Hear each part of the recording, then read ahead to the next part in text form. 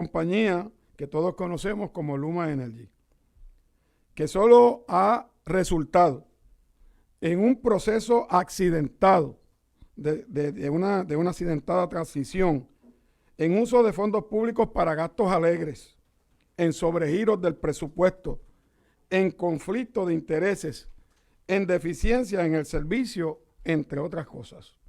Sobre todo, nosotros los clientes de energía eléctrica hemos visto 5 aumentos en el costo de energía y están pendientes de la determinación de un sexto en el negociado de energía. Todo esto, luego que se nos estuvo hablando que con Luma Energy iba a haber una transformación del sistema eléctrico en nuestro país.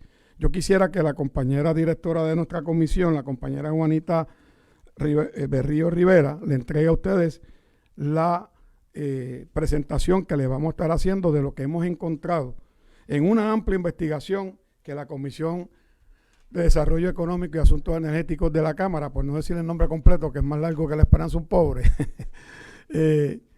ha estado realizando durante todo el año pasado con 28 vistas públicas, 2 ejecutivas, más otras vistas públicas que hemos continuado durante este año bajo la resolución de la Cámara 446, que fue aprobada en la Cámara por unanimidad y que nos da un mandato para fiscalizar constante y continuamente a Luma Energy, a la Autoridad de Energía Eléctrica y a todas estas agencias durante exista este contrato, mientras exista. Vamos a empezar con la presentación. Nosotros hemos titulado esta presentación Los tentáculos de Wayne State y Luma Energy. ¿Por qué? Porque dentro de las situaciones que hemos investigado, hemos revisado cientos de documentos. Dijo Luma que me habían entregado 255,000 páginas de documentos. Y es verdad, porque hay montones de cosas en esos documentos que no se les requirieron o que son rellenos de los documentos, pero la realidad es que sí hemos visto cientos de documentos.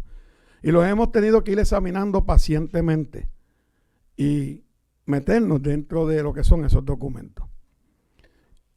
Nosotros hemos titulado esto Los tentáculos de Wayne State y Luma Energy porque hemos encontrado muchos esquemas, pero 8 principales esquemas que vimos a través del examen de todos estos documentos, que son los que vamos a compartir con el pueblo de Puerto Rico a través de ustedes, la prensa de nuestro país.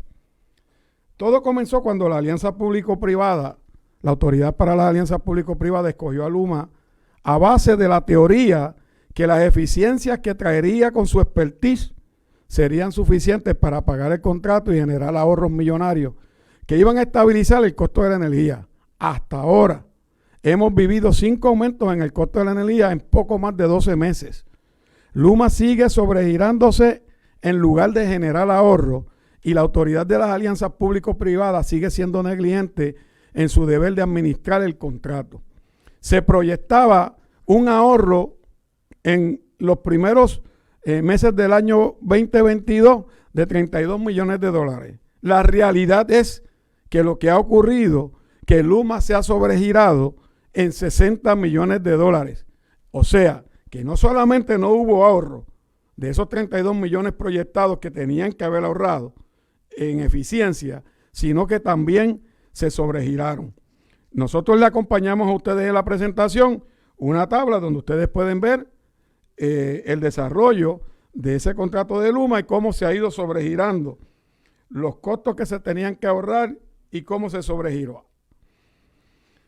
Luma solo cuenta actualmente, y eso lo hemos examinado al revés y al derecho, con sus propios documentos, con solamente 500 celadores de línea y supervisores de línea. En total, ese es el personal que ellos identifican como que son los que tienen el FIR manejando lo que es el sistema de transmisión y distribución. Ahí ustedes tienen una tabla donde ellos mismos presentan la cantidad de empleados que tienen. Lo que es importante señalar es que de esos 500, Luma reconoce en sus propios documentos y en la información que proveyó la comisión, que solamente tienen 200 celadores, que de esos 500, 200 celadores tienen menos de un año de experiencia. Y sobre 160 de esos celadores de línea son extranjeros que han traído a Puerto Rico a trabajar y a los que le pagan un costo adicional por su salario mucho más alto que lo que le pagan a los celadores de Puerto Rico. Le están pagando $59 la hora. Además de pagarle a $59 la hora, le pagan su estadía aquí, sus gastos de dieta y muchos otros gastos que son complementarios a traerlos a Puerto Rico. Están pagando el triple por un celador que traen de afuera versus los celadores que pudieron haber reclutado en Puerto Rico. Ahí está la tabla, donde ustedes pueden ver esa situación. En el año de transición, que es el primer año de Luma, porque ellos llevan aquí 6 meses a cargo del sistema, pero llevaban un año haciendo una transición para hacer estudios, evaluaciones, para determinar las deficiencias del sistema, cómo lo iban a atender, para ir elaborando sus planes de trabajo, un año. Y en ese año también se le pagó a ellos por venir a hacer esos estudios, hacer todo ese proceso evaluativo, y se le estuvo pagando. En ese año, Luma se cedió en los gastos que le iban a autorizar por 34 millones adicionales. Y ahí está la tabla donde está el dinero que ellos habían dicho que iban a necesitar para ese año de transición, que eran 136.351.931 dólares. Y dice que se sobregiraron por 34.354.069 por un 25%. Se sobregiraron de ese presupuesto que se le había dado para el año de transición. Es decir, que a Luma, por montar su negocio en Puerto Rico, se le estuvo pagando más de 160 millones de dólares para ellos poder empezar su empresa en nuestro país. No, y entonces cuando uno mira estos sobregiros, uno dice, bueno, pues tienen que haber alguna explicación lógica. Las agencias que los tienen que supervisar, como el negociado de energía, la Autoridad de Alianzas Público-Privadas, la Junta de Supervisión Fiscal, van a detener esos sobregiros, le van a hacer exigencia. ¿Ustedes saben qué fue lo que hizo la Junta de Supervisión Fiscal cuando ocurrieron estos sobregiros? Natalie Yaresco le envía una carta a ellos y al señor Nelson Morales, que es el director de finanzas de la Autoridad de Energía Eléctrica, para decirle que le estaban autorizando 45 millones del Fondo de Puerto Rico adicionales a los 750 millones que ya le habían puesto en las cuentas que administra Luma Energy, y los 250 millones, esos 750 millones venían del Fondo General y 250 millones que le pasaban de la Autoridad de Energía Eléctrica para un total de 1.000 millones de dólares. Pues se sobregiraron del presupuesto y Natalie Yaresco le autoriza 45 millones adicionales para cubrir ese primer déficit del primer trimestre de 32 millones de dólares. Porque el primer trimestre fueron 32, el segundo trimestre en que está Luma a cargo fueron 28 millones para un total de 60 millones en 6 meses. Y ya Natalie Yaresco le había aprobado 45 millones adicionales para cubrir el déficit presupuestario del primer trimestre. Se supone que Luma era una compañía de mucha experiencia y conocimiento internacional, traía un gran expertise. Cada vez que usted le preguntaba a Omar Marrero Díaz, a Fermín Fontanes Gómez, presidente de la Junta de Gobierno de la Autoridad de Alianzas Público-Privadas, el primero, el segundo, el director, de qué traía Luma aquí, nos decían el conocimiento, el expertise, la eficiencia. Van a lograr un desempeño mejor que lo que tiene la Autoridad de Energía Eléctrica. Ese desempeño va a ser para ahorro. La realidad que es inyección de capital, que no pusieron aquí un solo centavo. Luma aquí no pone un solo centavo. La realidad es que desde que está Luma, empeoró el desempeño del área de transmisión y distribución que Luma administra. Desde que Luma tomó el control, según los propios informes de Luma.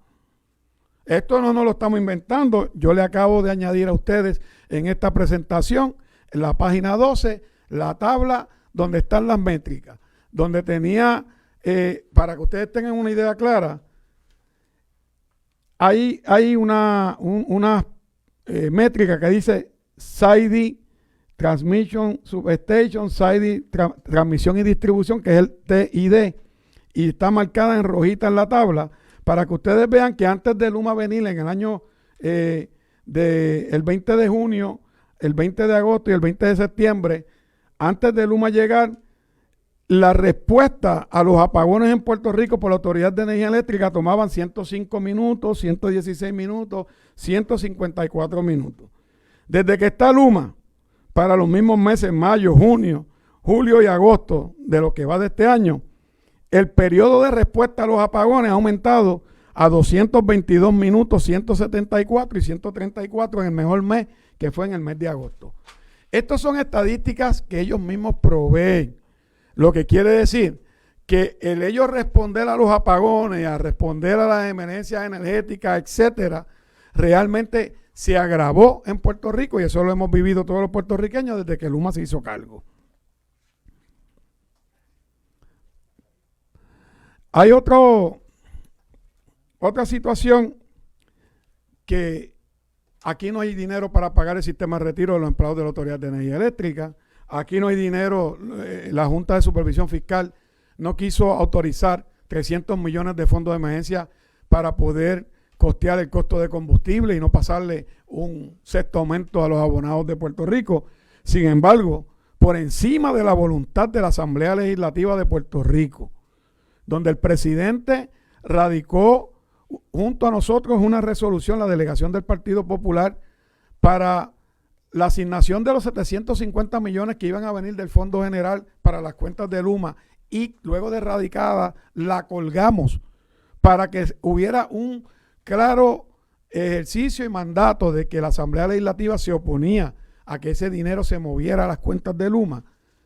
Por encima de esa voluntad de la Asamblea Legislativa, la Junta de Supervisión Fiscal sacó 750 millones de nuestro Fondo General y se los entregó a Luma Energy, a las cuentas que Luma administra, y sacaron 250 millones que tenían ahorrados en la Autoridad de Energía Eléctrica, que no habían comprado equipo por varios años, ni pagaban la poda de árboles, ni contrataban celadores, ni le pagaban el tiempo extra a los celadores de línea. Le sacaron esos 250 millones para fondear 6 cuentas que por el contrato había que ponerle a Luma $1,000 millones en esas 6 cuentas, que es donde Luma saca para ir operando su operación regular, y cada vez que sacan dinero de ahí tienen que volver a subir los fondos en esas 6 cuentas. Hace 7 años no se pagan las aportaciones del sistema de retiro de los empleados de la Autoridad de Energía Eléctrica. Ahora se está hablando de hacer una reestructuración de la deuda, y ya la autoridad debe sobre $700 millones en pagos regulares y corrientes a los sistemas de retiro. No estamos hablando de una deuda actuarial de proyecciones para largo plazo. En el plazo corto, la autoridad dejó de pagar $700 millones. Y en vez de darle esos $750 millones a las cuentas de Luma, se hubiesen pasado a los sistemas de retiro de los empleados de la Autoridad de Energía Eléctrica, no hubiera una proyección negativa de déficit actuarial y no tendríamos esa deuda en las costillas de la Autoridad de Energía Eléctrica. Aquí viene uno de los esquemas más complejos y más difíciles. Por poco el señor Wensteby va preso por no querer entregar los documentos a la Cámara de Representantes, a nuestra comisión. Gracias al apoyo del señor presidente y los abogados de la Cámara, llevamos un pleito de 6 meses a los tribunales que obligó al señor Wensteby y a Luma Energy a entregarnos todos los documentos. Y cuando uno mira por qué es que no querían entregar los documentos, uno se va dando cuenta. Vamos viendo todos estos factores que he estado compartiendo con ustedes, pero aquí viene el principal esquema más peligroso que tenemos en este contrato. Luma Energy va a estar a cargo de manejar los $10,900 millones que hay de fondos FEMA para los distintos proyectos que se van a desarrollar supuestamente para mejorar el sistema de transmisión y distribución en Puerto Rico. Pues ustedes saben lo que ha estado haciendo Luma. Luma ha estado incorporando compañías en Puerto Rico para operar aquí en Puerto Rico. Y esas compañías las estuvieron subcontratando durante el año de transición para darle servicio a Luma.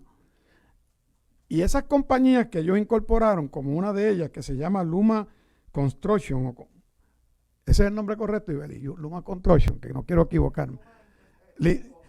Acto Infraestructura. la incorporaron en Puerto Rico, que ATCO es una de las compañías dueñas matrices de Luma. ¿Y ustedes saben quién es el CEO de esa compañía? El propio Wayne Stacey. ¿Y ustedes saben quién es el vicepresidente de esa compañía? El vicepresidente de Luma en Puerto Rico. Ahí está el nombre, lo pueden buscar, y está la evidencia de la incorporación de esa compañía en Puerto Rico. Y ellos la han estado subcontratando. Pero ¿cuál es lo más grave en esa situación? Que el señor Wayne Stacey es accionista de la compañía ATCO, con participaciones que van anualmente en unos equities o regalías, o como lo queramos llamar, que le va pagando ATCO a él cuando era vicepresidente de ATCO en Canadá, anualmente alrededor de $500,000 o más.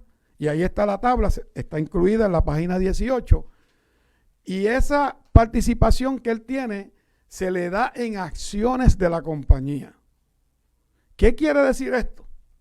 Que además del salario del señor Wayne Stacey, que ronda $1,200,000, porque son $650,000 en salario directo y lo otro en un sinnúmero de beneficios que se le pagan, bonificaciones, gastos de casa, sus gastos personales, etcétera, que suma $1,200,000, ya eso lo habíamos dicho públicamente. Cada vez que él contrata a estas empresas que son incorporadas aquí, de las que también él es parte, juez y parte, los beneficios y ganancias que obtenga ATCO, que es la compañía matriz de la que él tiene acciones, recibe beneficios de las ganancias de esas contrataciones. Y él puede estar recibiendo directamente beneficios a través de las acciones que él tiene, que se le van pasando a los pagos a los accionistas. De hecho, nosotros tenemos evidencia que en un momento dado Quanta le hizo una presentación a sus accionistas antes de que Luma estuviera a cargo del sistema aquí, donde le decía a sus accionistas que ellos venían a hacer un negocio en Puerto Rico porque en Puerto Rico iban a haber disponible alrededor de $11,000 millones, de los cuales ellos podían ser partícipes y podían generar ganancias hasta de $3,000 millones a través de los contratos que se iban a estar dando.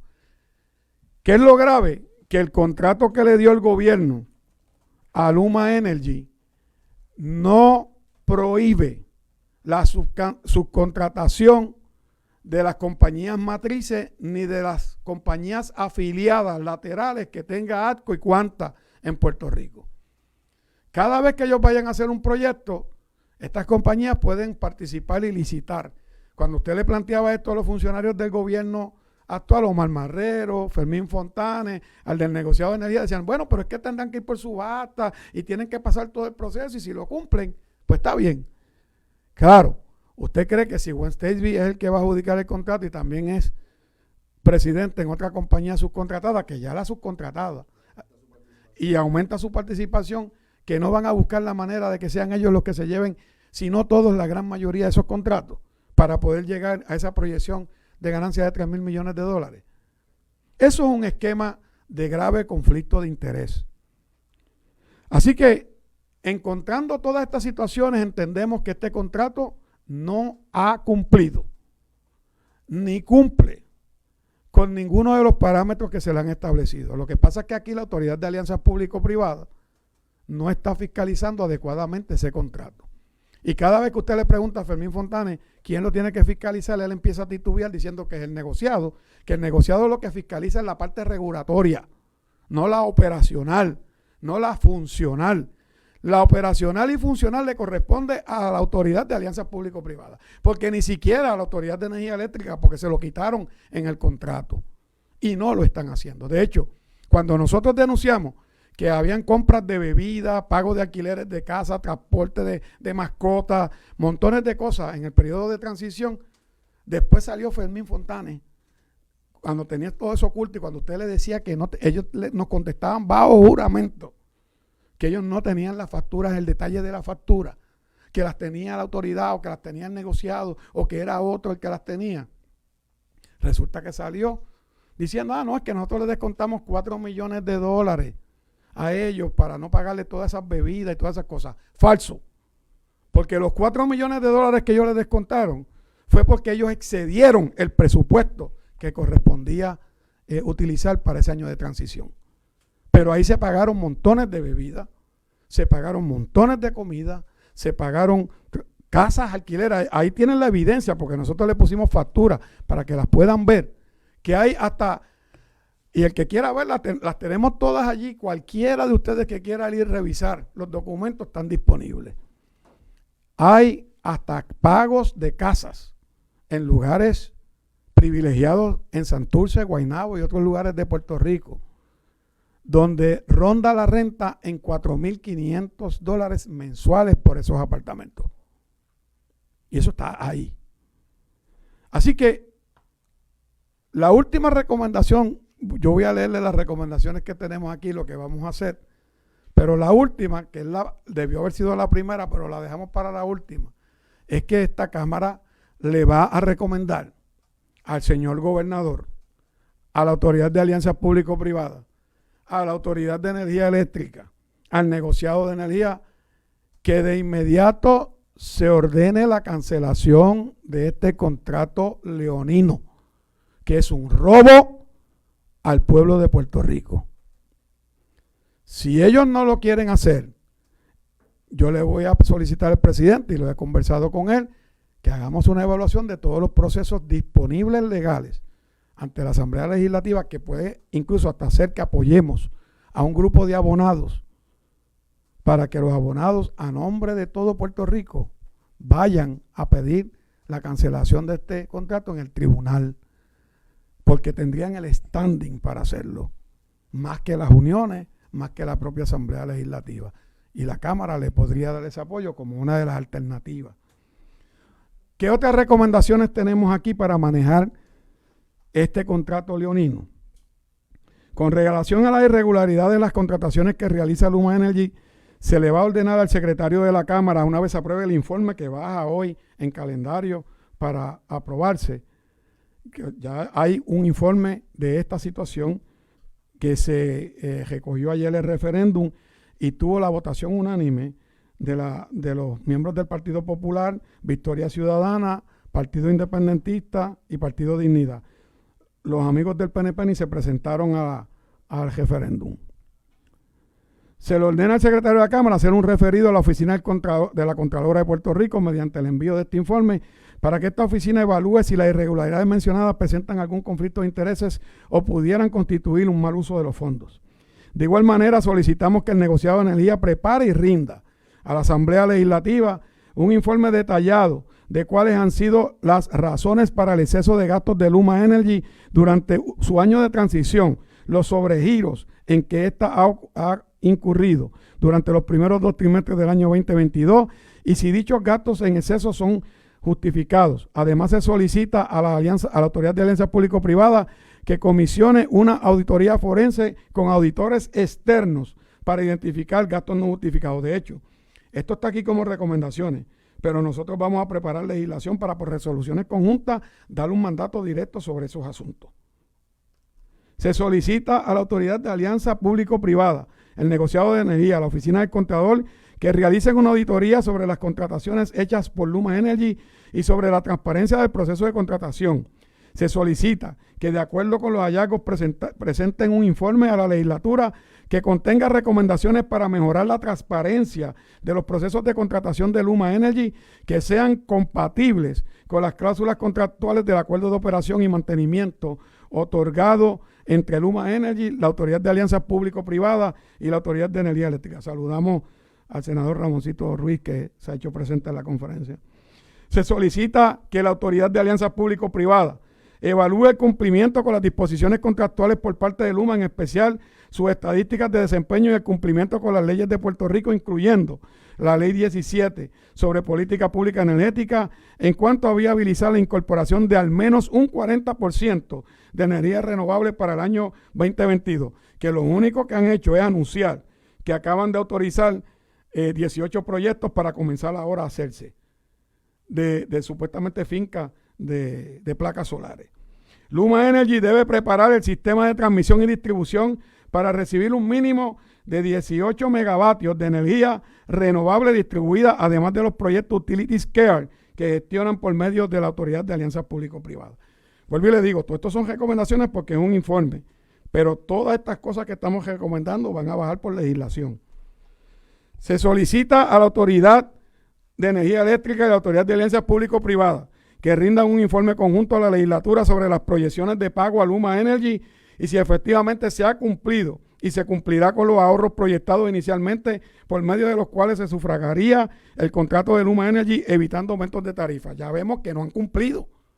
Se sobregiraron por 34 millones el primer año, 60 millones en los 6 meses que llevan a cargo y ya saben que nos han espetado. 5 aumentos y van para el sexto.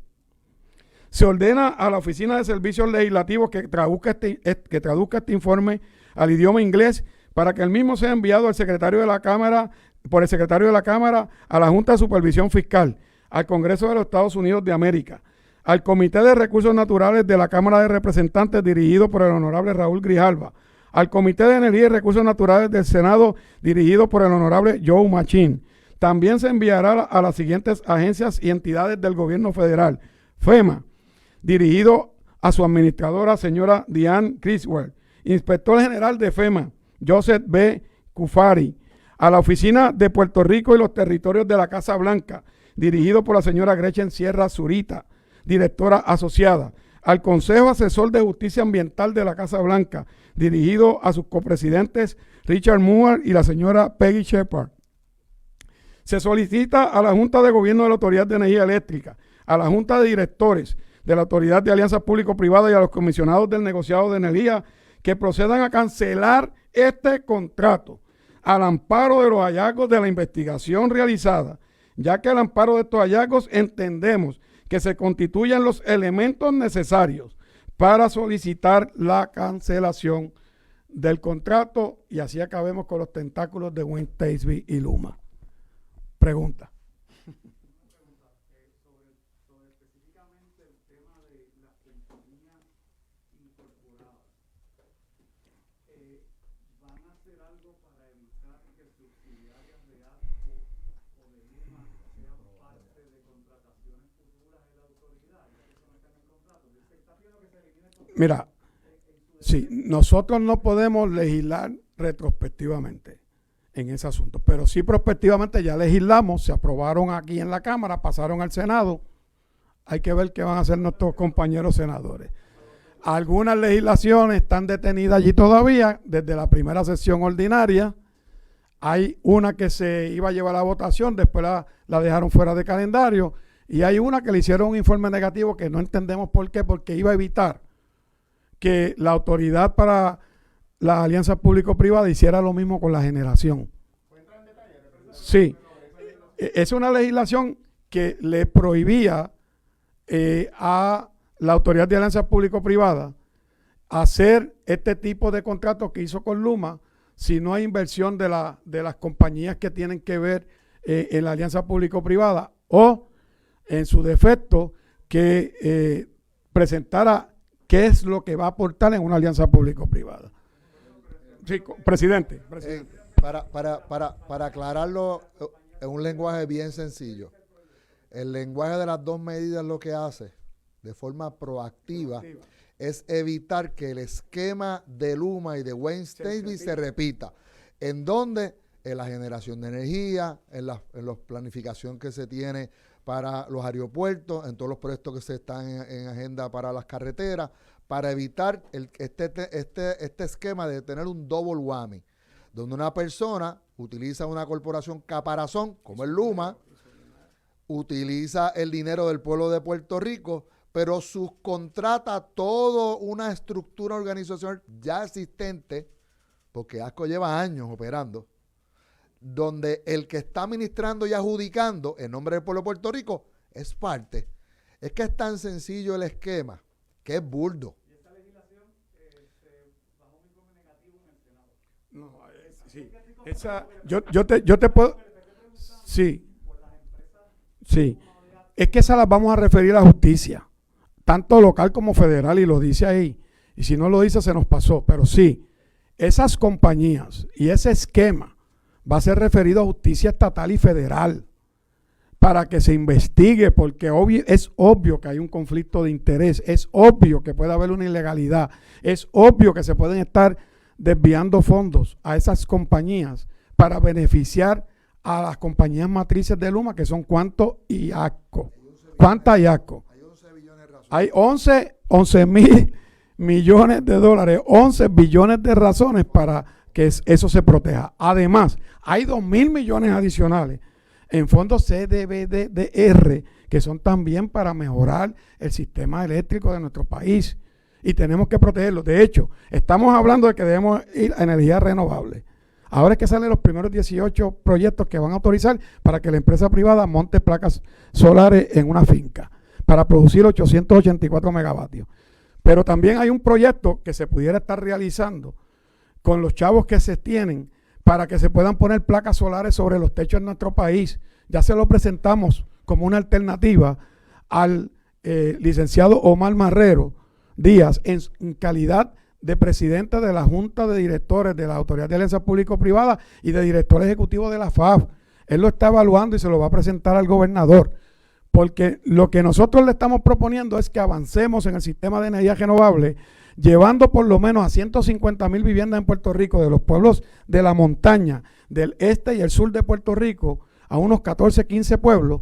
Llevemos con rapidez la instalación de esos sistemas sobre los techos, con la ayuda de organizaciones comunitarias como Queremos Sol, Casa Pueblo y otras, que tienen el expertise y tienen el conocimiento para que eso pueda acelerarse.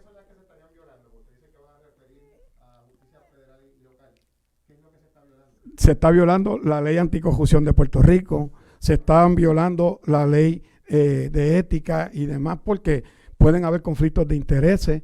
O sea, hay una serie de esquemas ahí que ellos tienen que analizarlo, y nosotros vamos a enviarlo con un referido donde le vamos a detallar las posibles violaciones que puedan haber, pero serán los departamentos de justicia estatal y federal que el de aquí arrastra los pies a ver si ya el federal hace algo para que investiguen eso. Perdónenme, uno a la vez, porque si no, estamos adelantando lo que encontramos y estamos adelantando lo que podemos hacer, las recomendaciones, pero sí van a haber unos referidos.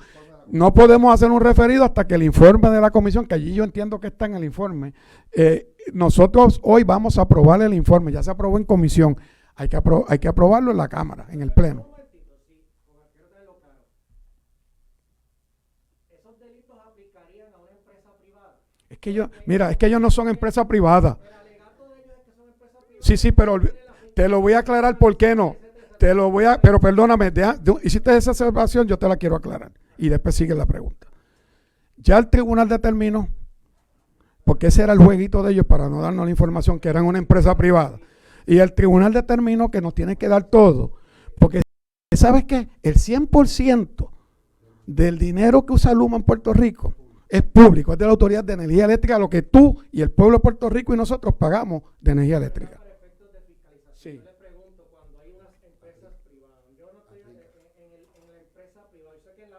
Sí. Sí. Sí. Claro, porque están bregando con fondos públicos. Si ellos estuvieran bregando totalmente con su dinero, nosotros no tenemos nada que ver con eso, ni el pueblo. Lo que pasa es que el 100% del dinero de Luma viene de la tarifa de energía eléctrica. ¿Y por qué entonces, si cuando se hizo el contrato no se le prohibió explícitamente los conflictos? Buena pregunta.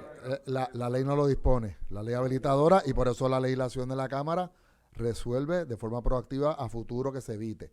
Y está aprobado en Cámara, pero vamos a estar claros.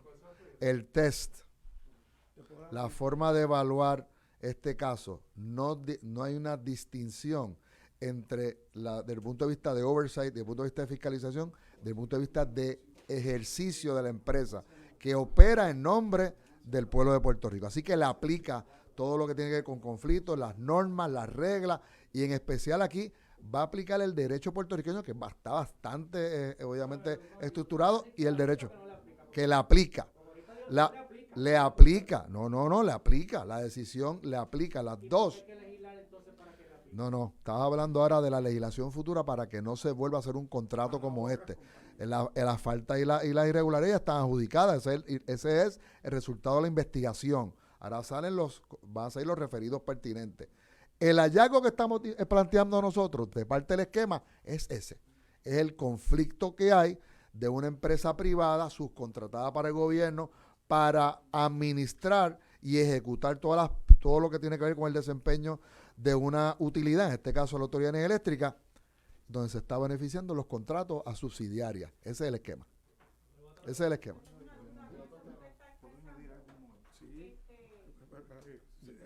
Yo quería añadir que dentro de las vistas que estamos llevando sobre el asunto de los bonos emitidos entre el 2010 y el 2013 en la Autoridad de Energía Eléctrica, nos descubrimos, que yo sé que el compañero Luis Raúl tiene conocimiento, pero yo entré en conocimiento de que la agencia, la Autoridad de Energía Eléctrica le entregó el poder a Luma para negociar los aumentos en la tarifa a nombre de la Autoridad de Energía Eléctrica. Por eso es que usted dice, pero ¿por qué Luma, que tiene un contrato para la distribución, está pidiendo aumentos? Pero es que la autoridad le dio el contrato le da esa autoridad. Y no solamente eso. El presupuesto de la Autoridad de Energía Eléctrica, que eso va más a tu pregunta, el presupuesto de la Autoridad de Energía Eléctrica, quien lo defiende frente al negociado de energía, que es el que toma las decisiones, es Luma. Y lo administra. Y se lo dieron mediante el contrato, se le otorgó esa provisión. No, porque lo que quiero tener claro, básicamente, que ustedes están alegando que hay una violación del contrato, ese contrato fue impugnado estatal y federalmente. ¿Y fue validado? No, sí, está todavía en los pleitos de los tribunales. Entonces, si fue validado, sí. Perdóname, o sea, los tribunales, sí. No puedo estar de acuerdo con tu premisa porque todavía los pleitos están en el Tribunal Federal. Sí. Y estos son asuntos, y está adjudicado lo que tú dices, pero estos son asuntos que hemos encontrado en nuestra investigación. Sí, por eso es que estamos pidiendo que lo cancelen. La pregunta que tengo, aunque ustedes han levantado básicamente los conflictos de intereses, porque se lo preguntaron en la pista, Claro. y los que estaban dijeron que pues hicieron lo que dijeron. Hasta ahora, a nadie le interesó el asunto de los conflictos de interés, se los han zapateado, por eso es que quiero saber Porque cómo no se ha radicado entonces en ustedes el van a tribunal. poder llevar un argumento mayor al tribunal o a quien sea, para que entienda que aunque el contrato se los permite, porque no está prohibido el conflicto de interés, es una violación de entonces de la ley. Pero el contrato no dice que Gwen Stacy puede ser presidente de Luma. Por eso, pero no puede ser presidente de Luma y a la misma vez presidente de una compañía que está contratando y con los fondos públicos, porque si lo están haciendo con los fondos de ASCO y Cuanta, no habría problema. Pero ellos están pagando eso con el dinero de la Autoridad de Energía Eléctrica. Y eso está prohibido en la Ley Anticorrupción de Puerto Rico. Y está prohibido en la Ley de Ética Gubernamental. Y está prohibido en un sinnúmero de otras leyes que hay en nuestro país. Ahora lo vamos a referir a la atención del gobierno estatal a través del Departamento de Justicia y lo vamos a referir al Departamento de Justicia Federal. Lo vamos a referir al Inspector General de FEMA. Lo vamos a referir al Congreso. Aquí alguien va a tener que mirar esto. Aunque en derecho en Puerto Rico, porque hay un contrato finiquitado, adjudicado y está en vigor, primero que el planteamiento no se ha planteado, no se ha realizado en el tribunal, que es lo que nosotros vamos a hacer. Vamos a empezar, porque estamos hablando de una controversia que no se ha adjudicado a un tribunal, lo primero. Sería triste que solamente todas las controversias que nosotros hemos planteado solo se adjudiquen a nivel federal. Porque a nivel federal no hay duda, sea leonino o leonino el contrato, ¿verdad? Y esa es la controversia precisamente de los asesores de la Junta, que ya se determinó una ley que no hay break, que aunque la ley diga que era un empleado del territorio, le aplica por legislación federal todas las normas y regulaciones de contratación federal. En este caso no hay nada más mínima duda. ¿Sabe por qué? Porque aquí esto tiene 11 billones de dólares federales. 11. Y 2 de CDBG. 13. Así que se preparen que vamos para el foro federal. Si lo tenemos que pelear allá en todos los foros. Foro federal, Lamentablemente es negativísimo esto. Vamos a ir a la Casa Blanca, vamos a ir al Senado, vamos a ir a la Cámara y esto se va a detener.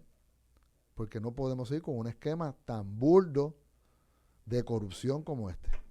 Presidente, yo tengo una duda, le voy a preguntar ahorita. Específicamente, estas recomendaciones, estos hallazgos que han expresado ustedes, aparecen, o sea, cuando usted hace un contrato y dice que el contrato se cancelará si sucede esto, ¿está bien específico eso? El contrato de Luma, que es gigantesco, no tiene las cláusulas que establecen incumplimiento en estas áreas. Es más, fomenta, las deja en blanco para poder estructurar esto. Y fíjate que las preguntas del principio ha sido evitar que se diera el esquema. Y hemos tenido que nosotros entrar a una investigación para percatarnos que no es solamente el área de implementación, hasta recursos humanos. Toda la estructura que está utilizando Luma privada, por eso es que se ven los números tan bajitos en la estructura que tiene de empleados directos, porque subcontratan toda con la filial. Es importante que sepan lo siguiente. Luma no está por el contrato de 15 años. Vamos a empezar por ahí. Están por un contrato suplementario, Supplemental Agreement, que es por 18 meses. ¿Por qué? Porque el contrato de los 15 años no puede empezar hasta que se reestructure la deuda de la Autoridad de Energía Eléctrica en el Tribunal Federal. Eso puede tomar de ahora a 3 meses, a 1 mes, a 5 meses, el tiempo que tome. Es decir, que mientras eso está así, lo que hicieron fue que le dieron un contrato suplementario de 18 meses. No el contrato grande, no el que establece toda una serie de parámetros. Si se fuera a cancelar este contrato, el mejor momento para el pueblo de Puerto Rico y para nuestro gobierno es ahora, en el contrato suplementario de 18 meses, por el que le van a pagar, por eso es que van a pagar 115 millones de dólares en 18 meses a Luma, en ese contrato suplementario. Además, todos estos parámetros que yo he mencionado aquí sí son del contrato. Incumplimiento con el número de personal, porque son métricas, para atender el sistema de transmisión y distribución. Incumplimiento en las métricas que tienen que ver con el tiempo que toma responder a los apagones y a resolver la situación del sistema de energía. El no sobrepasarse del presupuesto acordado. Es parte del contrato ahorrar 32 millones los primeros 6 meses, ¿verdad? A principios del año 22. Y no hay ahorro, hay sobregiro. Es decir, que todos esos son parámetros del contrato que están siendo incumplidos, aparte de lo del conflicto de interés. Hay un dato sencillo y le voy a hablar al país.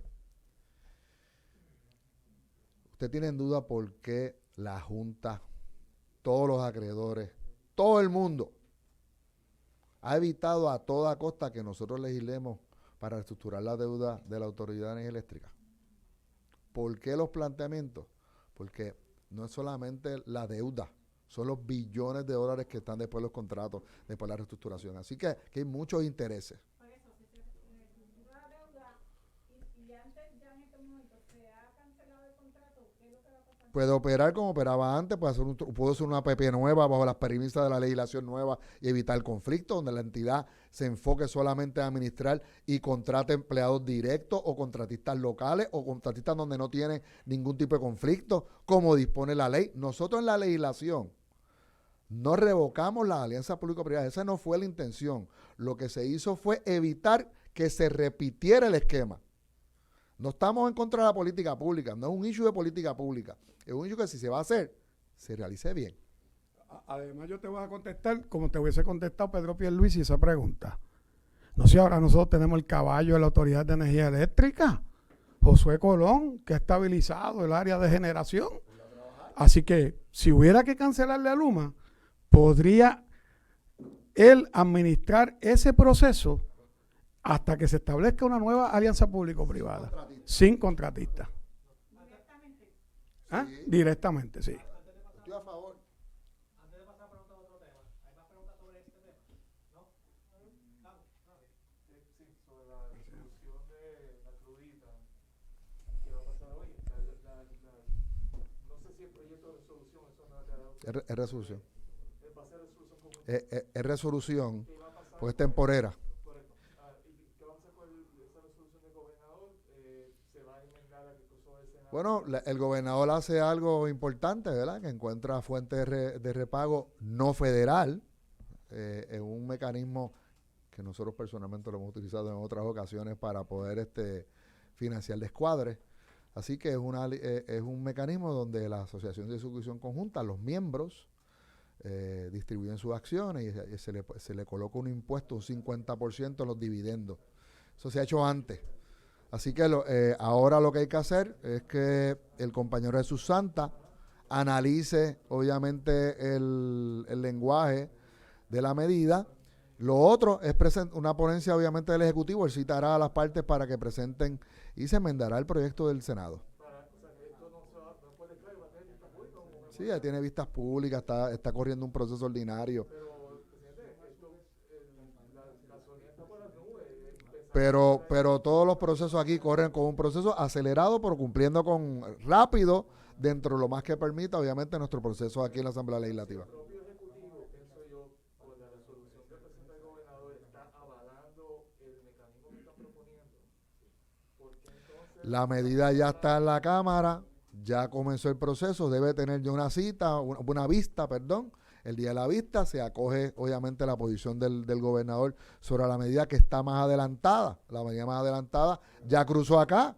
Así que si queremos hacer algo con premura, no hay que atender la medida del gobernador. Si verdaderamente hay una alternativa, ¿verdad?, para ayudar al costo que tienen los trabajadores, el autor es secundario. Lo importante es que se apruebe la medida. Jesús Santa Rodríguez. Jesús Santa. Jesús Santa Rodríguez te informa, el presidente de la comisión. no, que si tienen alguna objeción con la fuente identificada. Yo no tengo, por lo menos técnicamente no tengo ninguna, pero esperaré al compañero presidente de la comisión. Pero eso subsana la controversia original, de dónde salen los fondos, ¿verdad? ¿Ustedes entienden que habría otra? ¿O con esas Siempre hay muchas alternativas. Las alternativas siempre son dos. O usted aumenta recaudo o usted recorta. Aquí lo que se está utilizando es aumentando recaudo. ¿Cómo? Obligando un dividendo y aplicando el impuesto un 50%. Eso es aumentar recaudo. Temporalmente, ¿verdad? Temporalmente, pero por lo menos temporalmente financia también algo que es transitorio. ¿Ustedes pondrían algún lenguaje para la fiscalización o ustedes entienden que no hace falta? Porque hay una duda sobre el asunto de ¿Dónde va a ser aplicado? si al final van a bajar o no van a bajar. O sea, que sea una Bueno, el dinero, de la forma como está redactado lo que yo he visto, se aplica directamente a la diferencia. Si baja o no baja por razones de mercado no vamos a tener control, ¿verdad? Si hoy está en 80 y sube a 120 y el impacto son 16, vas a pagar 104. O sea, tuviste un ajuste de lo que iba a ser el pago, pero no tuviste control del costo, obviamente. Estamos hablando de un ajuste de una parte contributiva del esquema. Hoy estamos radicando otra medida que sí va a tocar dramáticamente el costo del barril. La haremos pública cuando la radiquemos.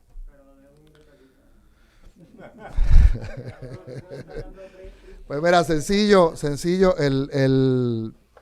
la ley de cabotaje en Puerto Rico, a pesar de que nosotros tenemos relación con los Estados Unidos, el petróleo que viene a Puerto Rico no es de Estados Unidos, porque no hay una estructura de sistema de barcos que vengan de Estados Unidos. Así que toda la estructura que hay para traer, un ejemplo, petróleo, productos de petróleo del Texas o del Golfo, ninguno llega a Puerto Rico.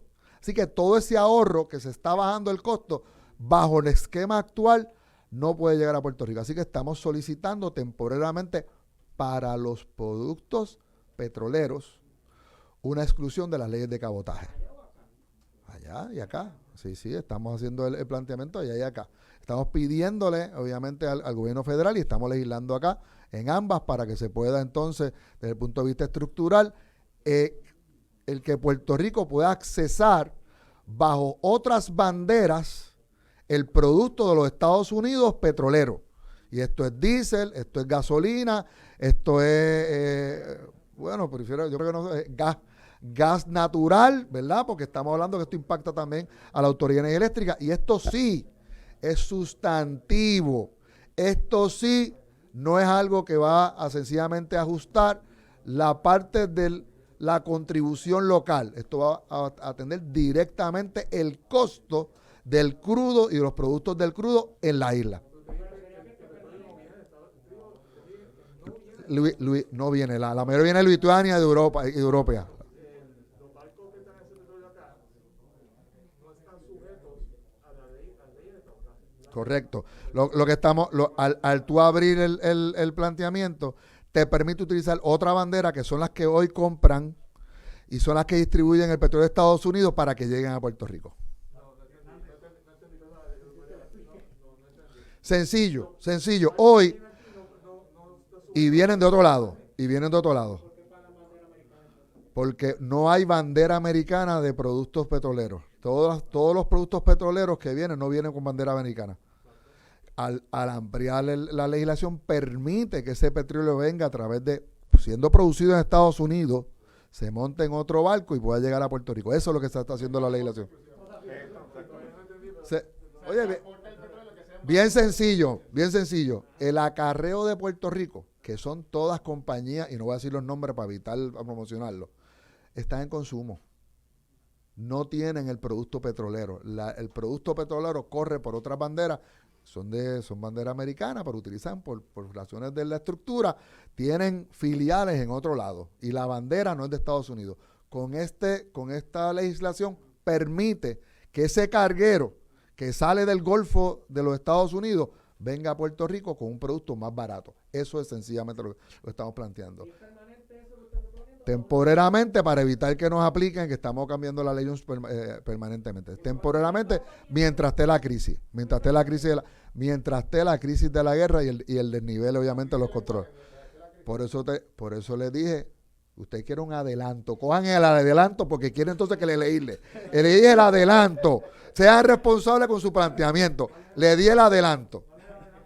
El adelanto es bien sencillo. Estamos enmendando, no por 5 días. Mientras se mantenga la inestabilidad de la guerra de Ucrania, se va a mantener la exclusión que estamos pidiendo de las leyes de cabotaje para productos del petróleo. ¿Cómo llegan ahora ese petróleo?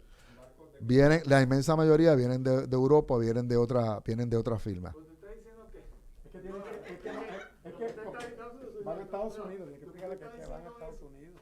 Que si no le aplica la ley de cabotaje a Puerto Rico, el petróleo puede venir de Estados Unidos más barato. Va a venir del producto de Estados Unidos más barato, correcto. Hoy, porque, oye, eso es lo que hace. Llega de fuera de la jurisdicción americana, llega a Estados Unidos y regresa acá. Que venga directamente el producto de Estados Unidos. Sencillo. Te estás ahorrando un paso. Te está ahorrando un paso. No hay un ahorro, hay un mega ahorro. Un mega ahorro. En otras notas, típica pregunta en estos días, pero ¿qué usted espera del mensaje de hoy? Bueno, lo primero, pues, llevamos 5 años hablando del desarrollo económico, la creación de empleo. Obviamente este tema es primordial. El tema energético, en lo que ha escuchado el gobernador, que está hablando de un presupuesto de sobre 28 billones de dólares, no ha hablado lo más mínimo del tema de desarrollo económico. Si está hablando de las corporaciones, si está hablando de las utilidades, tiene que incluir cuáles van a ser sus propuestas para abaratar el costo energético y evitar que colapse la economía del país. ¿Qué es lo que está ocurriendo aquí? Estamos sacando de competitividad todo nuestro sector productivo de Puerto Rico. Una de las propuestas de nosotros es esa, ¿verdad? El segundo tema, la estabilidad. Y esto lo hemos hablado mucho. Aquí estamos ya llegando al proceso de las elecciones de medio tiempo en los Estados Unidos. No hay un ambiente de aprobar legislación ahora mismo o algún tipo de incentivo para Puerto Rico que se han ido cabildeando, y nosotros, pues, tengo que reconocer, tanto el gobernador, el Senado, la Cámara y el sector privado hizo lo correcto. Colocar todas las iniciativas que eran prioritarias para Puerto Rico en el proyecto insignia del presidente de los Estados Unidos, el proyecto de la administración. Lo hicimos como decía el libro. Fallamos, todos los días uno aprende. El proyecto del presidente de los Estados Unidos no tiene votos. El Build Back Better no tiene los votos y nosotros tenemos 3 iniciativas gigantes ahí. Primero tenemos el SSI, tenemos el Medicaid, en ambos con paridad. Y el tercero, la legislación para darle un poco más de competitividad a todas las instituciones manufactureras en territorio americano. Hoy, la realidad, hoy, no hay voto. Así que bajo esa realidad, que no hay votos y que las elecciones son en diciembre y que la gente se va a ir de campaña de septiembre en adelante, la Cámara y el Senado sesionan hasta junio. El gobernador tiene que plantear hoy que va a legislar y que va a fomentar y que va a impulsar el que se legisle en la Cámara y en el Senado para él firmarla, la transición de los recaudos del arbitrio del 4% del 154 a contribución sobre ingresos. ¿Por qué tiene que ser ahora? Porque de la misma manera que ocurre en Estados Unidos que no va a haber voto, aquí no va a haber voto después de agosto. Para un tema como ese. ¿Cómo, si es contribución sobre ingresos, se van a pagar al fisco de Puerto Rico? Sí. ¿Qué incentivo va a tener una compañía para quedarse? Me encanta la pregunta porque siempre la gente ha mezclado la 154 con incentivo. La 154 nunca ha sido un incentivo. ¡Nunca! Si no tiene crédito, no es que sea un incentivo, es que es la salida del sector manufacturero. Son dos cosas completamente diferentes. El que una legislación destruya financieramente el sector manufacturero. La 154 fue una estrategia de la administración de Fortuño con un documento de una opinión del IRS para poder acreditar un arbitrio que no se acredita en ninguna jurisdicción en la planilla federal. Nos dieron 12 años. Nos dieron 2,000 millones por 12 años. 24,000 millones hemos recibido. Y el gobierno federal dijo, basta ya. Hoy, bajo las reglas y normas que hay en el sistema tributario federal, lo único que se puede deducir de la planilla es contribución sobre ingresos. Pero todas estas empresas no son iguales. No todas estas empresas tienen jurisdicción americana. No todas estas empresas operan bajo la misma ganancia. Así que no hay un silver bullet, no hay una legislación perfecta. Va a haber una legislación que se está trabajando con Hacienda, con el sector privado, con el Tesoro, que permite por lo menos mantener los recaudos del Estado y que ellos no pierdan. Vamos a estar claros, no estamos hablando que ellos no pierdan, que ellos no tengan que pagar más,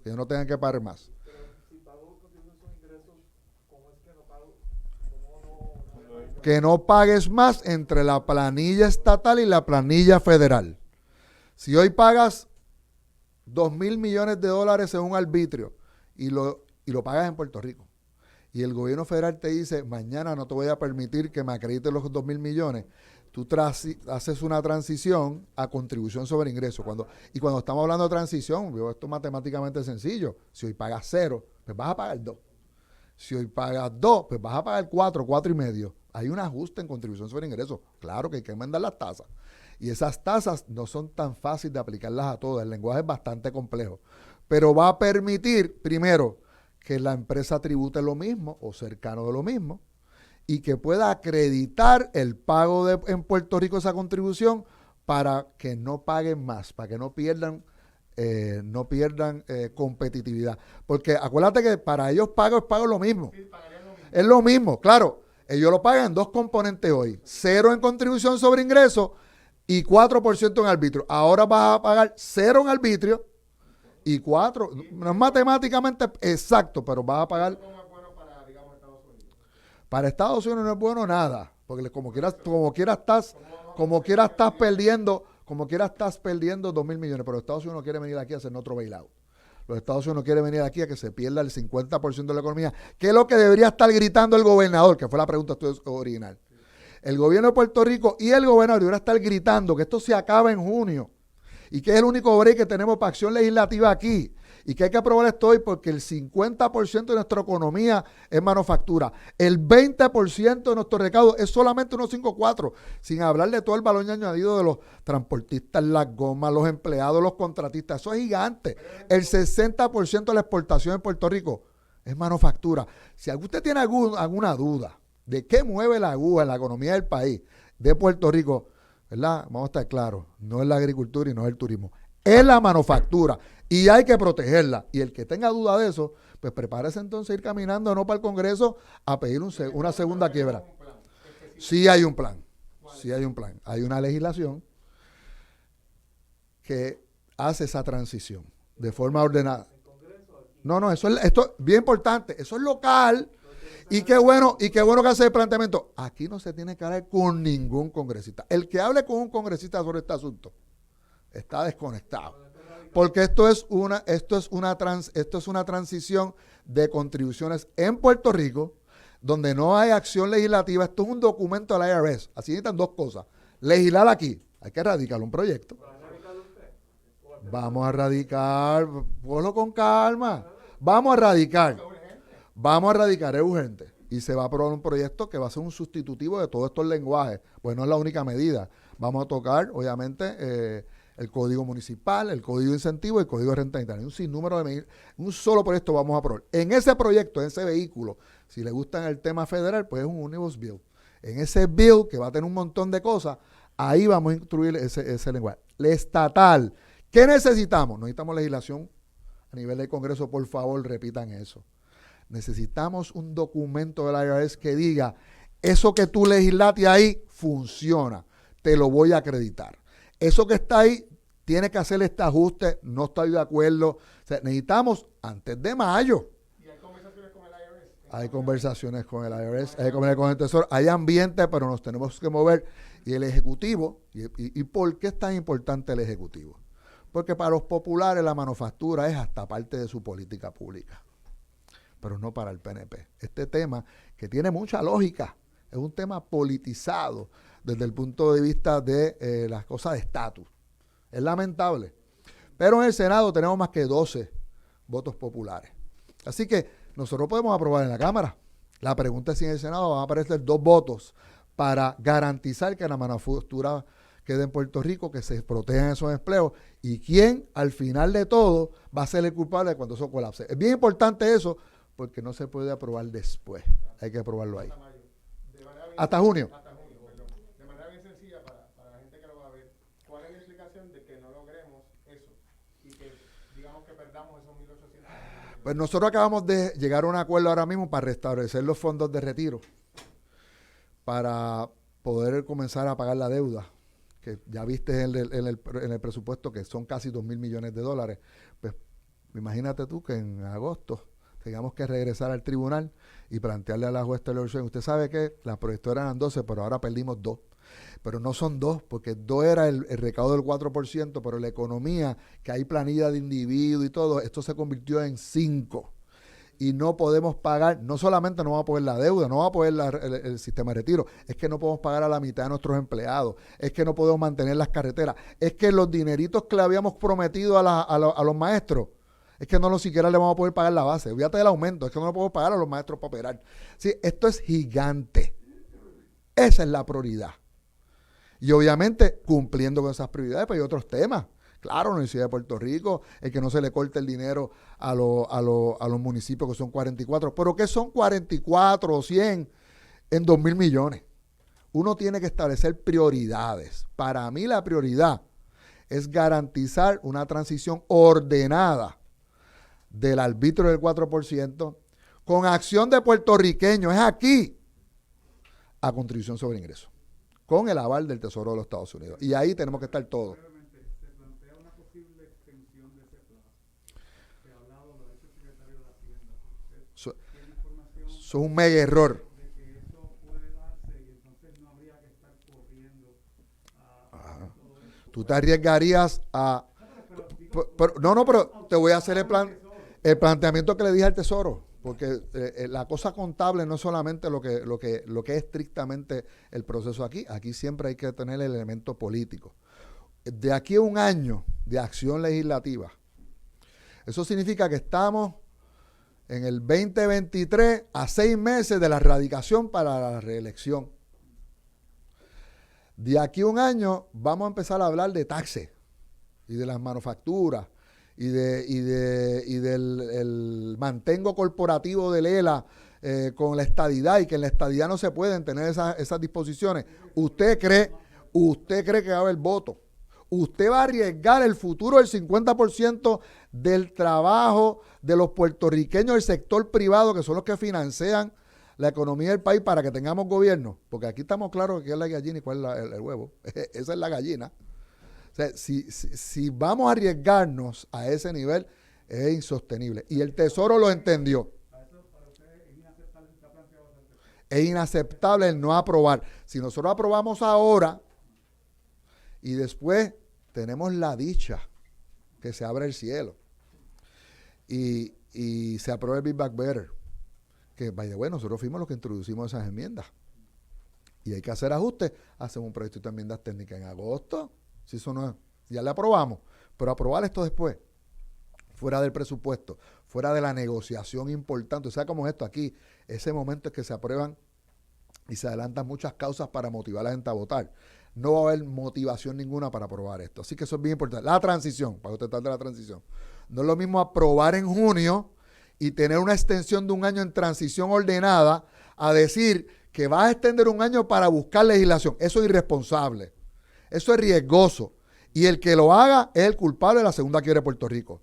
Y lo dije en el Tesoro, y lo dije en la Casa Blanca bajo el Consejo de Desarrollo Económico. Y le dije, esta es culpa de ustedes, si ustedes siguen diciendo y dándole fe o esperanza de que esto es bien sencillo, lo vamos a extender. Lo otro, de aquí, y yo soy demócrata, pero soy realista, las posibilidades de que el Partido Republicano tome control de la Cámara son bien altas. En el 2017 nos excluyeron. Lo que estamos sufriendo nosotros aquí es el resultado de que en el 2017 excluyeron a Puerto Rico la reforma tributaria federal. Usted va a esperar allá a que tengamos algún tipo de ayuda. Hay que actuar ahora pensando que no la va a haber.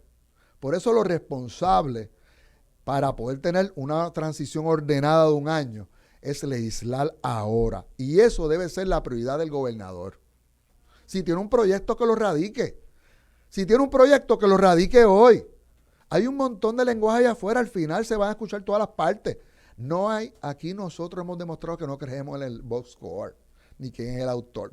Bueno, el presupuesto que vamos a aprobar es de la autoría de Jesús Santi, este servidor. El proyecto de reestructuración de la deuda lo radicamos nosotros y lo firmó. Hay proyectos que firmamos de él, porque se va a hacer un sustitutivo como quiera. Así que lo importante no es autor, es que comencemos ya el proceso legislativo. Gracias. Buen día.